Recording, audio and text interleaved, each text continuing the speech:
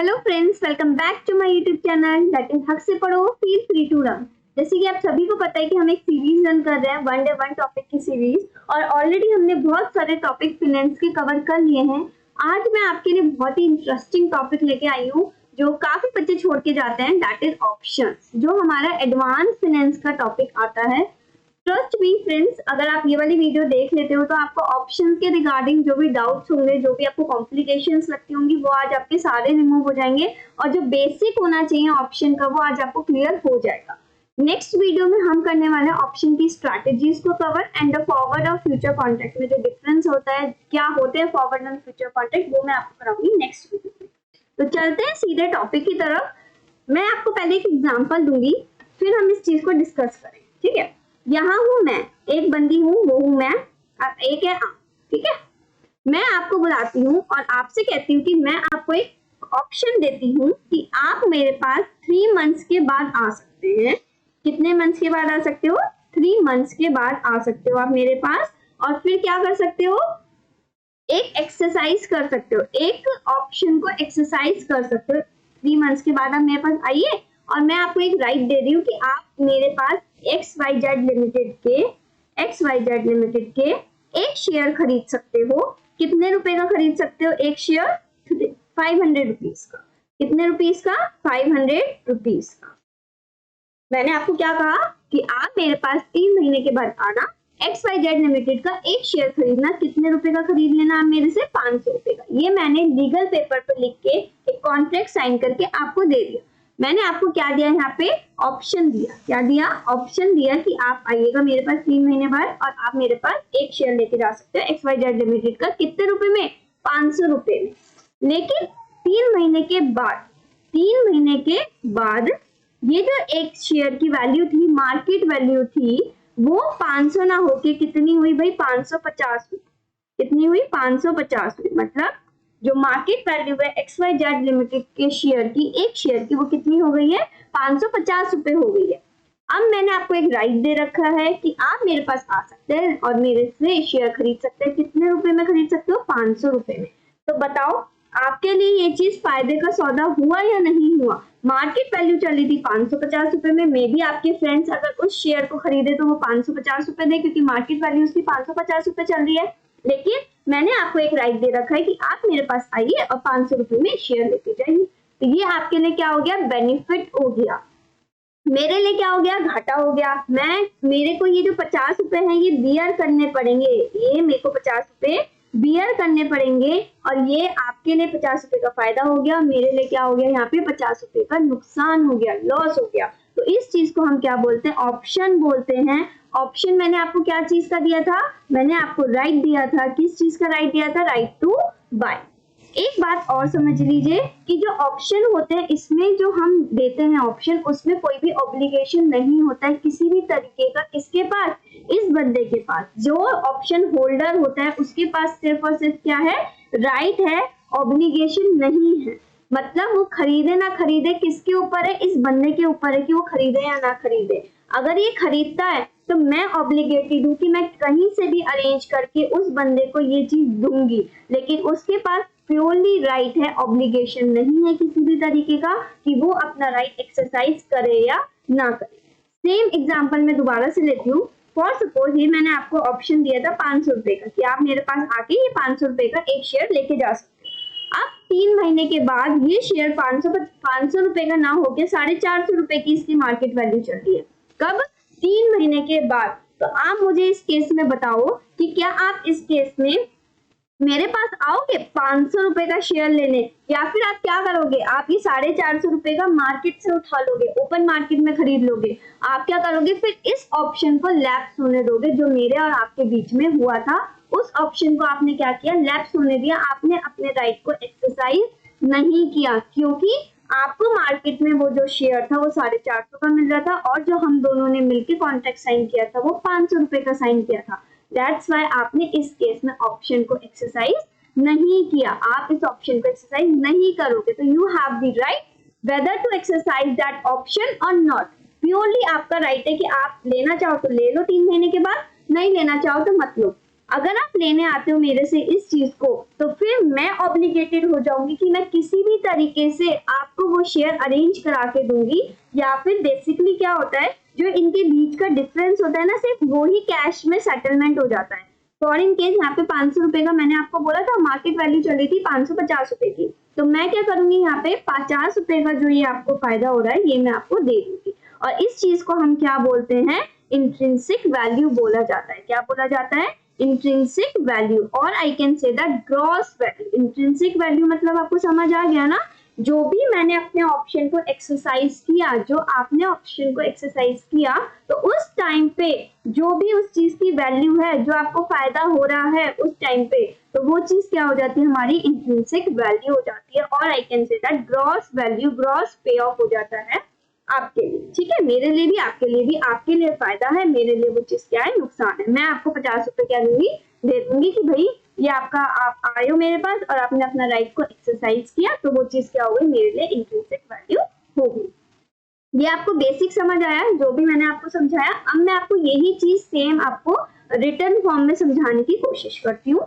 आइए, तो ऑप्शन हमारा क्या है, ऑप्शन एक ऐसा कॉन्ट्रैक्ट है जो प्रोवाइड कराता है क्या, राइट। किसको राइट देता है भाई, वो ऑप्शन होल्डर को देता है। मतलब मैंने आपको राइट दिया था, यहाँ पे ऑप्शन होल्डर को राइट देता है कि आप अपने ऑप्शन को या तो बाय कर सकते हो, खरीद सकते हो, या फिर क्या कर सकते हैं, हम सेल कर सकते हैं, या तो बेच सकते हैं या फिर खरीद सकते हैं। बी अंडरलाइन, जो भी मैंने बेचा, मतलब शेयर बेचा ना यहाँ पे, एट दी कॉन्ट्रैक्टेड प्राइस। एक बात और समझा देती हूँ, हाँ मेरे को याद आ गई, ये जो 500 रुपए था यहाँ पे, जो 500 रुपए मेरा आया, ये जो मैंने आपको कॉन्ट्रैक्ट में साइन करके दिया, तो ये क्या होता है हमारा, इसको हम बोलते हैं एक्सरसाइज प्राइस। क्या बोलते हैं, एक्सरसाइज प्राइस। कि मैच्योरिटी होने पे इस चीज की ये एक्सरसाइज प्राइस होगा, मतलब जो मैंने कॉन्ट्रैक्ट पे साइन करके दिया, तो ये एक्सरसाइज प्राइस भी बोला जाता है इसे।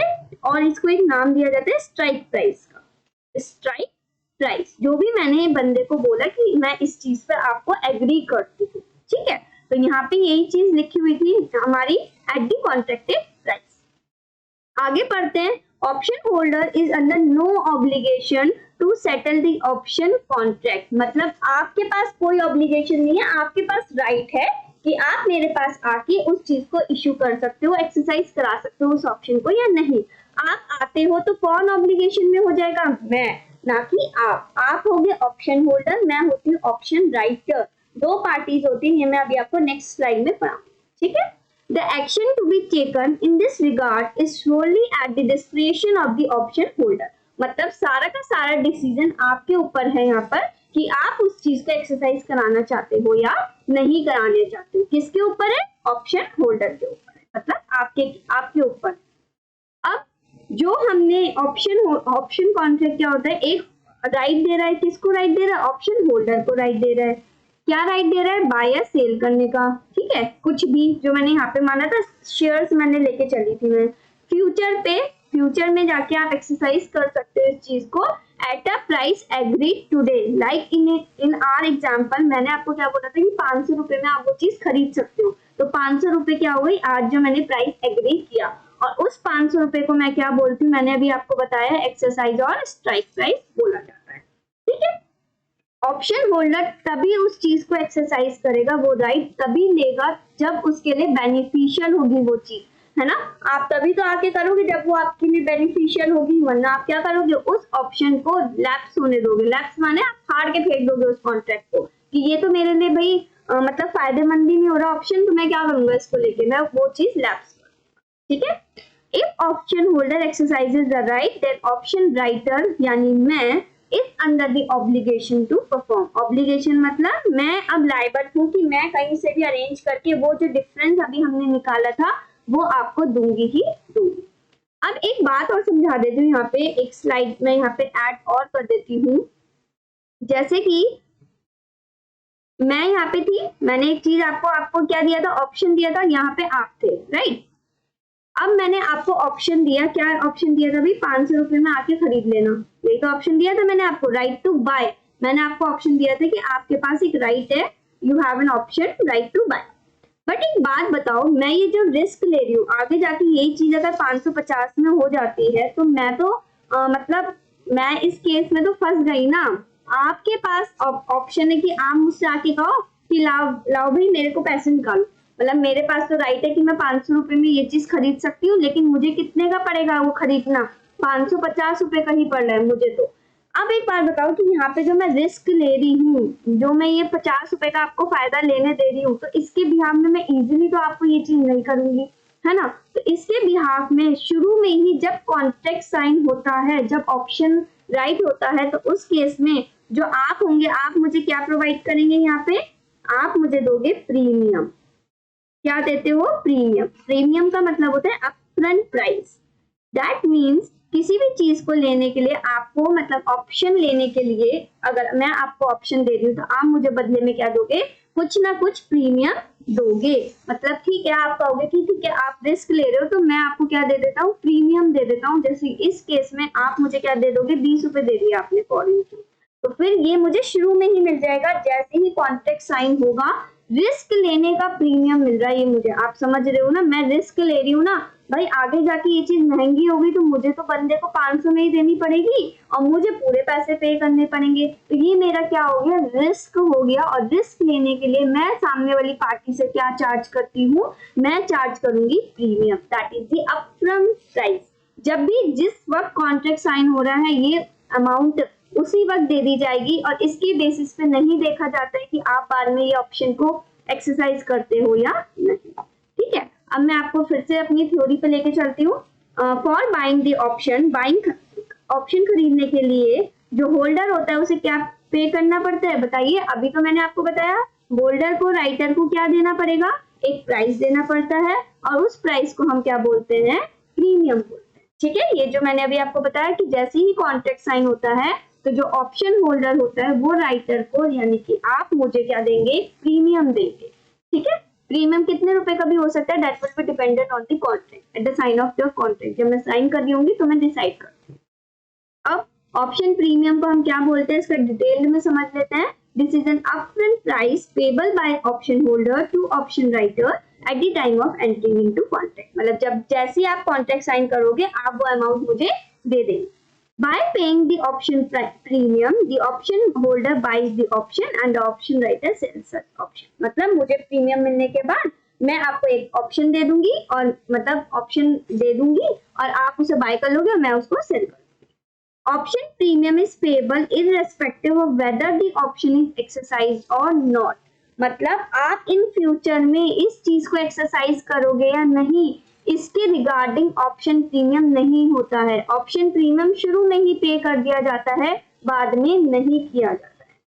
In order to decide whether an option should be exercised or not, option premium already paid by the holder to writer is completely irrelevant. और जब आप ये मतलब लेते हो डिसीजन कि आपको उस राइट को एक्सरसाइज कराना है या नहीं कराना है, ये प्रीमियम पे डिसाइड नहीं होता है। आपके 20 रुपए डूब गए या डूब गए। मैं एक एग्जांपल और देखिए इसी बात पे आपको समझा देती हूँ, जिससे कि आपके दिमाग में कोई भी कंफ्यूजन ना रहे। I just want clarity. यहाँ पे मैं थी और यहाँ पे आप थे। मैंने आपसे कहा कि 500 रुपए का आप एक शेयर खरीद सकते हो XYZ लिमिटेड का। कब? 3 महीने बाद। कब खरीद सकते हो? 3 महीने बाद। अब ये 3 महीने बाद फॉर सपोज इसका मार्केट प्राइस कितना चल रहा है, आपने ये चीज खरीद लिया और उस टाइम पे आपने मुझे 20 रुपए दे दिए। आपने मुझे क्या करे? 20 रुपए दे दिए as a premium, as a risk, क्योंकि मैंने रिस्क लिया है तो आपसे मैं कुछ ना कुछ तो चार्ज करूंगी। तो आपने मुझे 20 रुपए का प्रीमियम दे दिया। अब 3 महीने के बाद ये जो मार्केट, इस शेयर की जो मार्केट वैल्यू है वो हो जाती है फॉर सपोज 460 रुपए। 460 रुपए। तो आप क्या करेंगे बताइए? आप मेरे पास आएंगे इस चीज को खरीदने के लिए, शेयर को, या फिर आप मार्केट में जाएंगे वो चीज जो आपको मिल रही है 460 रुपए की, और अगर आप मेरे से लेते हैं तो आपको कितने का मिलता है? वो 500 रुपए का। तो आप मेरे पास आएंगे नहीं। आप इस केस में क्या करेंगे? ऑप्शन को लैप्स होने देंगे, इसको गिरने देंगे, इसको फाड़ के फेंक देंगे जो भी हमने कॉन्ट्रैक्ट बनाया था, और आप क्या करोगे? ओपन मार्केट से वो शेयर 460 में खरीद लोगे। अब आप अगर मेरे पास आते हो कि ला भाई, और मैंने ऑप्शन तो तुमसे खरीदा नहीं, मुझे प्रीमियम वापस कर दो, तो भाई ऐसा नहीं होता है। एक बार जो प्रीमियम दे दिया वो दे दिया। इस केस में प्रीमियम रिटर्न नहीं होता है। प्रीमियम पे ऑप्शन एक्सरसाइज करना या ना करना देखा भी नहीं जाता है। ठीक है, प्रीमियम तो स्टार्टिंग में ही आपने मुझे दे दिया और इसके बेसिस पे ऑप्शन एक्सरसाइज नहीं होता है। आप किस पे डिसाइड करते हो? इन दो वैल्यूज पे डिसाइड करते हो ऑप्शन एक्सरसाइज करोगे या नहीं करोगे। किन बेसिस पे? इस 500 रुपए को हम क्या बोलते हैं? एक्सरसाइज प्राइस बोलते हैं या फिर स्ट्राइक प्राइस बोलते हैं, और ये जो 460 रुपए जो मार्केट प्राइस था इसको मैं मार्केट प्राइस ही बोलती हूँ। तो इन दोनों के वैल्यू को कंपेयर करके हम ये देखते हैं कि मुझे ऑप्शन लेना है या नहीं लेना है। ठीक है, आगे बढ़ते हैं और समझते हैं इसके और बहुत सारे पॉइंट्स हैं।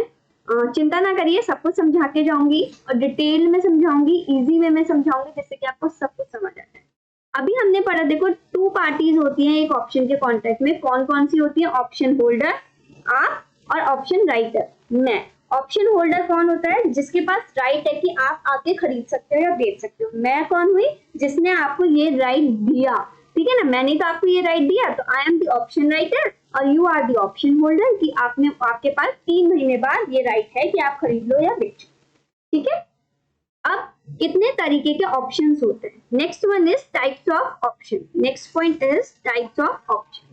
देयर आर 2 ऑप्शंस, ये भी मैंने समझा दिया है मैंने, बट अलग से टेबल मेंशन करी है। क्यों मेंशन करी है? क्योंकि आपको हर चीज क्लैरिटी हो जाए। ठीक है, कॉल ऑप्शन का मतलब होता है, कॉल मतलब होता है बाय।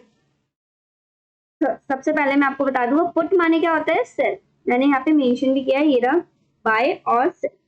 मतलब कॉल ऑप्शन अगर मैं आपको देती हूँ, मतलब मैं वही हूँ राइटर और आप ऑप्शन होल्डर है। मैंने आपको एक ऑप्शन दिया, कॉल ऑप्शन दिया, उसका मतलब क्या हुआ? आपके पास राइट है कि वो आप आके खरीद सकते हो, मेरे से बाय कर सकते हो 3 महीने के बाद। मैं आपको कॉल ऑप्शन न देके मैं आपको पुट ऑप्शन भी दे सकती हूँ। पुट माने क्या होता है? सेल करना।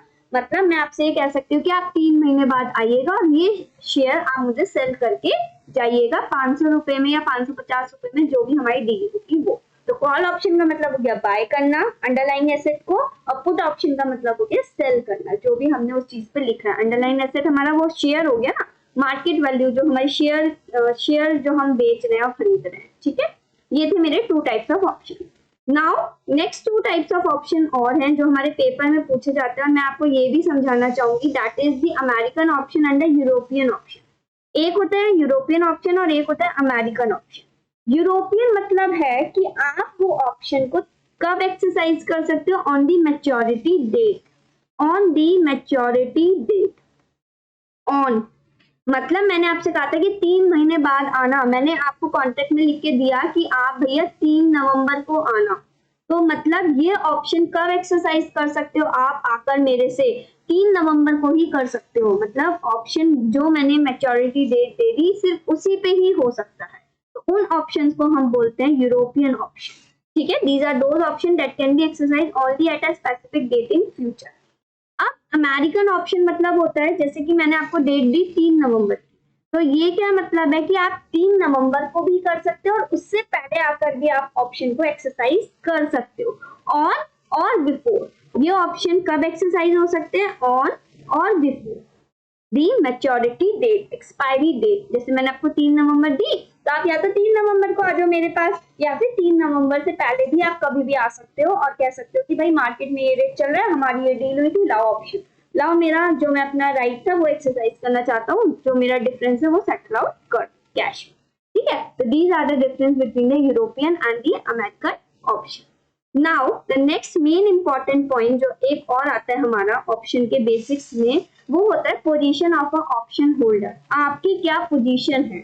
एक होती है इन दी मनी, एक होती है आउट ऑफ द मनी, और एक होती है एट दी मनी।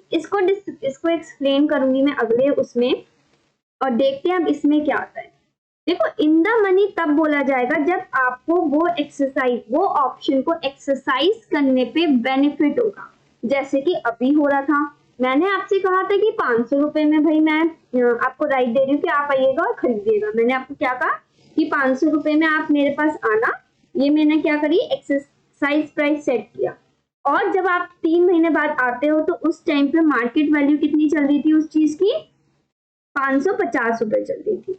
तो यहाँ पे आपको फायदा हो रहा है ना, मार्केट में जाके खरीदते हो तो वही शेयर आपको 550 में मिलता है, और आप मुझसे खरीदते हो तो वही शेयर आपको कितने में मिलता है? 500 रुपए में मिलता है। तो यहाँ पे आपको कितने का बेनिफिट हो रहा है? 50 रुपए का ये जो बेनिफिट हो रहा है। अगर आपको बेनिफिट हो रहा होता है तो उस चीज को आपकी पोजीशन कैसी मानी जाती है?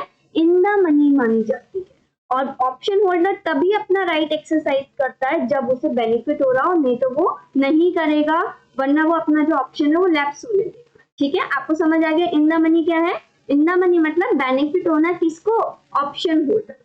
अब नेक्स्ट पढ़ते हैं out of the money. Out of the money उस चीज को बोलते हैं जब ऑप्शन होल्डर अगर वो एक्सरसाइज करता है तो उसे क्या होगा? लॉस सफर करना पड़ जाएगा। फिर से एक एग्जांपल दे देती हूँ मैं आपको, जैसे कि इस केस में मैंने आपको 3 मंथ्स का आपको दिया था 500 रुपए में, सेट किया था मैंने एक्सरसाइज प्राइस कि आप आना 500 रुपए में लेके जाना। लेकिन जब आप मेरे पास आए तो उस केस में मार्केट वैल्यू कितनी चल रही थी? 450 रुपए।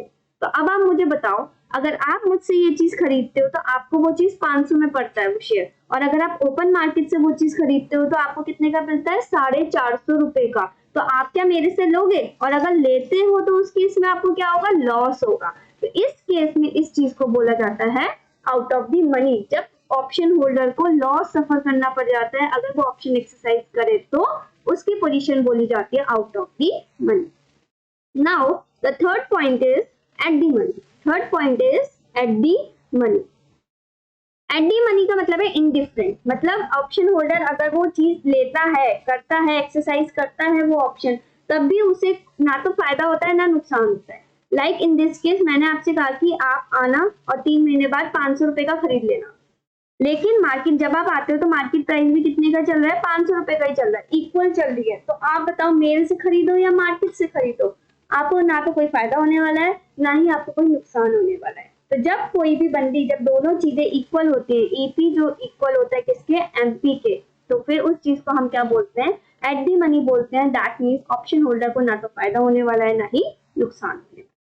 अब चलते हैं जो नेक्स्ट आपका टॉपिक आता है आपकी यूनिट के अंदर, अगर आप देखोगे तो एक आता है पे ऑफ, ऑप्शन पे ऑफ। ऑप्शन पे ऑफ का मतलब होता है कि जो सेटल आउट मनी है वो निकाल के दो, जो सेटल करने वाली चीज है वो बताइए। तो यही चीज कॉल ऑप्शन के केस में भी एक डायग्राम मैंने बनाया, एक ऑप्शन के पुट ऑप्शन के केस में भी एक डायग्राम बनाया। तो बस डायग्राम बना के तो मेरा काम इजी हो जाता है और आपको इजी से समझ आ जाता है। तो चलिए देखते हैं और पढ़ते हैं इसमें क्या है। अब कॉल ऑप्शन की बात हो रही है, ठीक है, पुट ऑप्शन की बात नहीं कर रही, अभी मैं कॉल ऑप्शन की बात कर रही हूँ। कॉल ऑप्शन मतलब मैंने आपको क्या दे रखा है भाई? Right to buy. आप कभी भी आ सकते हो मेरे पास, मतलब जो भी मैच्योरिटी डेट है, राइट टू आपके पास क्या है? उस चीज को खरीदने का पूरा पूरा अधिकार है, राइट है। You are not obligated. कौन है ऑब्लिगेशन में? मैं हूँ ऑब्लिगेटेड में, कि अगर आप मेरे पास आते हो तो मेरे पास ये ऑब्लिगेशन है कि मेरे को ये चीज अरेंज करके आपको देनी ही देनी पड़ेगी किसी भी हालत में, ठीक है। अब आप मुझे एक बात ये बताओ कि आप अपना राइट कब एक्सरसाइज करोगे? इतनी देर से हम क्या पढ़ के आ रहे हैं, कब आप एक्सरसाइज कर रहे हो बताओ? जब ईपी जो है थी, अभी वही वाला एग्जांपल लूंगी मैं, ज्यादा कॉम्प्लिकेटेड नहीं बनाऊंगी। ईपी मतलब एक्सरसाइज प्राइस जो मैंने सेट करके दिया, मतलब 500 रुपए में मैं बेच रही थी, और जब मार्केट प्राइस हुआ, जब आप 3 महीने बाद आते हो तो वो मार्केट प्राइस कितने का बदल जाता है? हमारा 550 रुपए में। अब आप बताओ वो शेयर आप मुझसे खरीदोगे या मार्केट से खरीदोगे? मार्केट में मिल रहा है 550 का, मुझसे खरीदते हो तो मिलता है 500 रुपए का, क्योंकि हमने एक ऑप्शन साइन कर रखा है, कॉन्ट्रैक्ट साइन कर रखा है, जिसमें आपके पास एक राइट है, आप खरीद सकते हो। तो आप क्या करोगे? मेरे पास आ जाओगे और कहोगे भाई मैं I want to exercise my right, जो मैंने ऑप्शन खरीदा था आपसे, अब मैं चाहता हूँ कि आप मेरे को वो चीज एक्सरसाइज करना चाहता हूँ। तो ये कब हुआ? आप खुद ही देख रहे हो ना, जब एमपी बड़ा हुआ किस चीज से? ईपी से। तो मैंने यही चीज लिखी है, जब मार्केट प्राइस ग्रेटर देन होगा एक्सरसाइज प्राइस से, तब ये बंदा जो होगा, मतलब आप होंगे, आप इस चीज को क्या करा दोगे? एक्सरसाइज करा दोगे, ठीक है। और कब एक्सरसाइज नहीं कराओगे? अगर फॉर सपोज 550 ना होके क्या होता? 450 होता, तो खरीदते मेरे से? बताओ, मैं दे दी थी 500 रुपए में, मार्केट से मिल रहा है 450 में, तो आप मेरे पास क्यों आओगे? मार्केट से जाके 450 में खरीद लोगे। या फिर अगर 500 भी होगा तो भी इंडिफरेंट होगा, तब भी आप नहीं खरीदोगे, क्योंकि आपको कुछ फायदा ही नहीं हो रहा। जो 500 रुपए मैंने सेट किए थे, 500 रुपए मार्केट में मिल रहा है, तब भी आप क्या करोगे? एक्सरसाइज नहीं करोगे। आप अपना ऑप्शन को कब एक्सरसाइज कर रहे हो? बहुत ध्यान से समझिएगा, जब मार्केट वैल्यू बड़ी है एक्सरसाइज प्राइस से। This is important point. और अगर इससे छोटी होती है या इक्वल होती है तो आप अपना प्राइस को, अपना ऑप्शन को एक्सरसाइज नहीं करते हो। जब आप ऑप्शन को एक्सरसाइज ही नहीं कर रहे हो, आप लेने ही नहीं आ रहे हो, आपने जो कॉन्ट्रैक्ट था वो फाड़ दिया, तो उस केस में आपकी इंट्रिंसिक वैल्यू क्या हुई? इंट्रिंसिक वैल्यू मैंने समझाया था ना, जो भी हमें डिफरेंस मिलने वाला है, ये 500 और 550 का जो डिफरेंस था, दैट मीन्स ये 50 रुपए का जो डिफरेंस आया ये मेरी क्या हो गई, इंट्रिंसिक वैल्यू थी। तो यहाँ पे तो तुमने एक्सरसाइज किया नहीं भाई, तुम मेरे पास आए नहीं, तो फिर इस केस में इंट्रिंसिक वैल्यू कितनी होती है, 0। अगर हमारा मार्केट वैल्यू छोटी होती है, मार्केट प्राइस छोटी होती है, तो उस केस में कॉल ऑप्शन को एक्सरसाइज नहीं किया जाता है और उस केस में हमारा पे ऑफ कितना हो जाता है, 0 हो जाता है। अब जब आप एक्सरसाइज कर रहे हो तो आपका इंट्रिंसिक वैल्यू कितना होगा, इंट्रिंसिक वैल्यू जो भी इन दोनों का डिफरेंस होगा वही हो जाएगा। For the holder market value minus EP, और फॉर दी राइटर मतलब मेरे लिए वो नुकसान है ना, इसलिए मैंने यहाँ पे क्या लगाया है, माइनस का साइन लगाया है, क्योंकि मेरे को ये चीज बियर करनी पड़ी, आपका फायदा मेरा नुकसान। तो this is all about the pay of a call option. अब मैं आपको बताऊंगी पुट ऑप्शन का, देन फटाफट चलते हैं अपनी वही प्रैक्टिस क्वेश्चंस पे। पुट ऑप्शन और समझ लेते हैं एक बारी। Same in the case of put option. अब पुट ऑप्शन में क्या था भाई, राइट दे रही हूँ मैं आपको, किस चीज का, पुट माने क्या था, राइट टू सेल। मैंने आपको एक राइट दिया कि आप 3 महीने बाद आइएगा और आप इसको बेच के जाइएगा मुझे।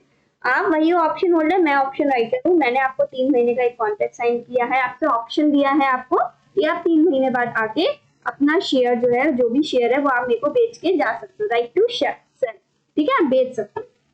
अब आ जाओ इधर, आ जाओ फटाफट से एग्जांपल ले लेते हैं ना। एक्सरसाइज प्राइस कितना था हमारा, सेट किया था मैंने 500 रुपए। एक्सरसाइज प्राइस मैंने जो आपको कॉन्ट्रैक्ट लिख के दिया वो 500 रुपए का लिख के दिया, लेकिन जब आप मेरे पास आते हो तो वो मार्केट प्राइस कितने का चलता है, बताओ मार्केट प्राइस कितने का चल रहा है, 450 रुपए का चल रहा है। अब आपके पास खरीदने का ऑप्शन नहीं है, आपके पास बेचने का राइट है।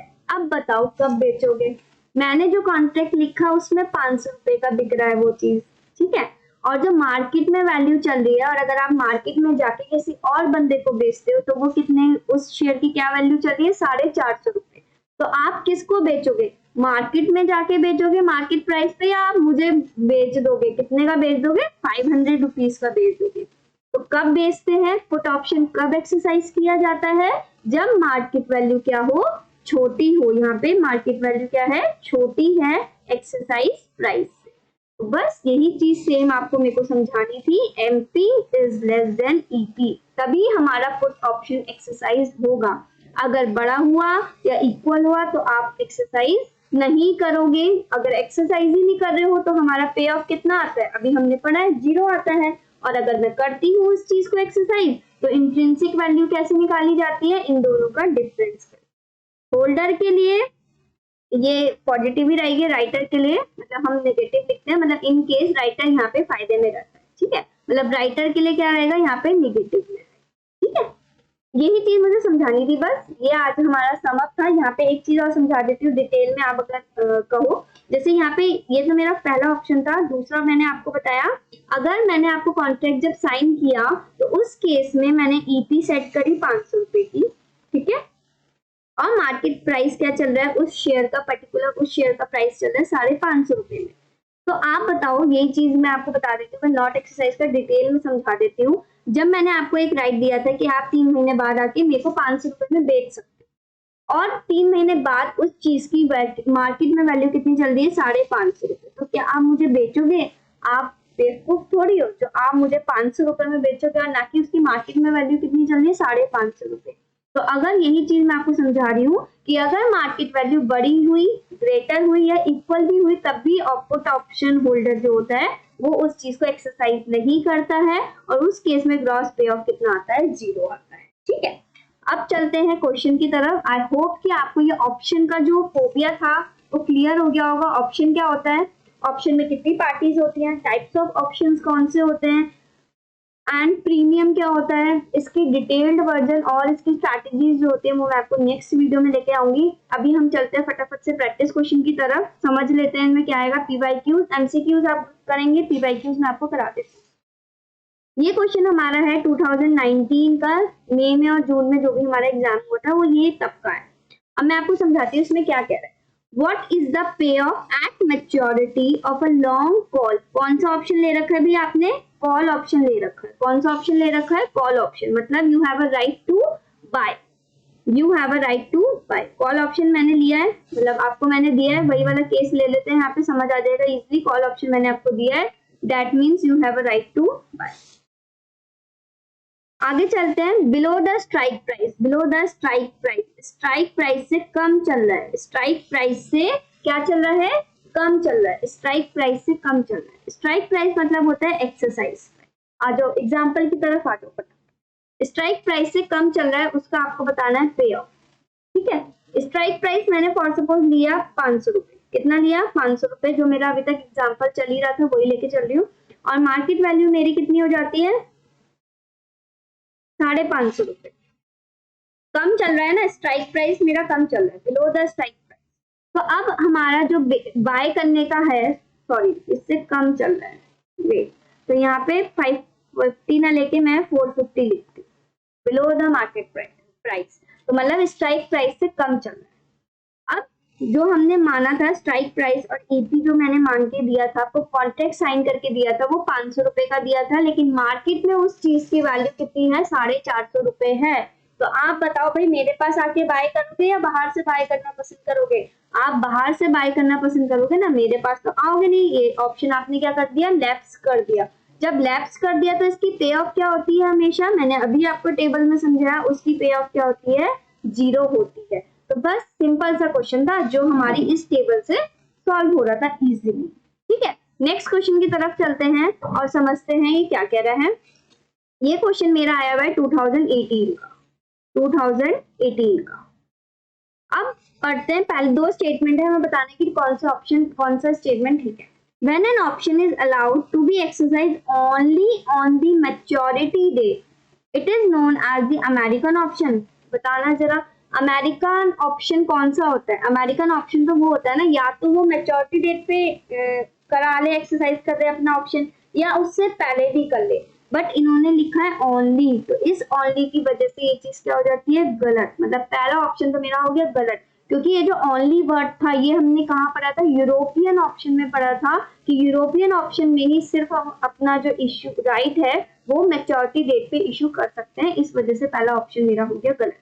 सेकंड पढ़ते हैं, if the option holder does not lose on gain, ना तो उसे फायदा होता है ना ही वो नुकसान होता है, he exercises option or buys or sells the asset from the market, the option is said to be at the money, it is said to be at the money। मतलब ना तो उसे फायदा हो रहा है ना ही नुकसान हो रहा है। एग्जाम्पल देके समझा देती हूँ मैं आपको फटाफट से, कि हमने माना था 500 रुपए मैंने कॉन्ट्रैक्ट साइन करके दिया और 3 महीने बाद ही वो चीज 500 में बिक रही है, तो आप इस चीज को एक्सरसाइज करो या ना करो, आपको ना तो फायदा होता है ना ही नुकसान होता है, और इस चीज को हम क्या बोलते हैं, एट दी मनी बोलते हैं। ये हमने कहाँ पढ़ा था, ये हमने इस वाली टेबल में पढ़ा था कि व्हेन ही इज इनडिफरेंट, जब ऑप्शन होल्डर इनडिफरेंट होता है, करे या ना करे उसको कोई फायदा या नुकसान नहीं होने वाला है, तो उस चीज को हम क्या बोलते हैं, एट दी मनी बोलते हैं। इसका मतलब मेरा ये वाली चीज बिल्कुल ठीक, second statement is right, first statement is wrong. तो देखो कौन से में दिख रहा है, यहाँ है हमारा चीज, second option is correct, first is incorrect. अब आपका होमवर्क होता है स्टार्ट, मेरा होता है खत्म, है ना। तो ये आपका होमवर्क में रहेगा, इसका ऑप्शन का आप बताएंगे इसका करेक्ट ऑप्शन क्या है। Which of the following is not true, कौन सा इसमें से ठीक नहीं है। एक दे रखा है कॉल ऑप्शन जो है give the holder the right to buy, put option give the right to sell, holder of a call और put option must exercise the right to sell और बाय। मस्ट एक्सरसाइज का मतलब है कि जिसके पास भी ऑप्शन होगा तो उसे वो चीज, मतलब वो राइट जो है वो एक्सरसाइज करना ही पड़ेगा। मस्ट का मतलब होता है करना ही पड़ेगा। थर्ड का मतलब ये है, और investor must pay an upfront price for an option contract, मतलब अगर आप मेरे पास आते हैं तो आपको एक ना कुछ अपफ्रंट प्राइस देना ही पड़ेगा, मतलब that is called the premium. इसको क्या बोलते हैं, हम प्रीमियम बोलते हैं। तो इसमें से आपको बताना है कि इन चारों ऑप्शन में से आपके हिसाब से कौन सी चीज गलत है। नेक्स्ट में देखते हैं, which of the following describe the European option, इसमें से कौन सा ऐसी चीज है जो यूरोपियन ऑप्शन को डिफाइन कर रही है, ये भी आपको बताना है, ये भी मैं नहीं बताऊंगी यूरोपियन ऑप्शन कौन सा होता है। तो 2 क्वेश्चन हो गए आज के आपके होमवर्क के लिए। आई जस्ट होप फ्रेंड्स कि आपको टिपिकल टॉपिक भी आज इजी लगा हो, और नेक्स्ट वीडियोस में मिलेंगे हम बहुत जल्द, कौन सी चीज के साथ, फॉरवर्ड और फ्यूचर कॉन्ट्रैक्ट के साथ, और कुछ स्ट्रैटेजीज मैं आपको समझाऊंगी ऑप्शन की, और बाकी टॉपिक आगे डिस्कस करते हैं। Keep learning the way you are doing guys, क्योंकि हमें इस 1 महीने को बहुत अच्छे से यूटिलाइज करना है, कुछ कर दिखाना है और जेआरएफ लेके आना है। एग्जाम की टेंशन बिल्कुल नहीं लेनी है, अपना काम किए जाइए आप, फल देने की तो भगवान के ऊपर है, वो जरूर देगा अगर आपने बहुत अच्छे से पढ़ा है तो। Good bye friends, keep learning. And मिलते हैं नेक्स्ट वीडियो।